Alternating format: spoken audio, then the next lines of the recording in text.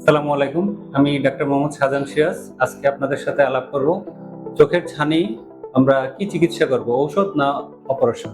চোখের অন্ধত্বের অন্যতম প্রধান কারণ চোখের ছানি। চোখের ভিতরে যে লেন্সটা থাকে এটা সাধারণত খোলা হয়ে গেলেই এই রোগটাকে আমরা ক্যাটারাক্ট বা চোখের ছানি বলি। যেমন ধরেন আমাদের এই রুমে যে বাতাসটা আছে এটা স্বচ্ছ বাতাস, কিন্তু এটাই যদি ঘোলা হয়ে যায় তাহলে আমরা কিন্তু ভালো দেখবো না।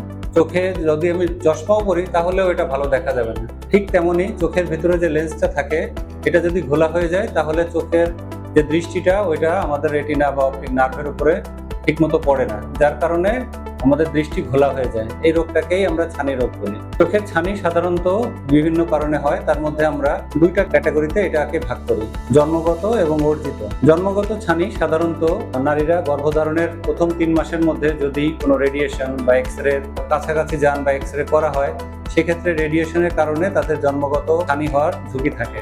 আর অর্জিত যে ছানি এগুলো সাধারণত কয়েকভাবে হয়। একটা হলো বয়সজনিত কারণে, 50 ঊর্ধ্ব বয়স হলেই ছানি পড়তে পারে।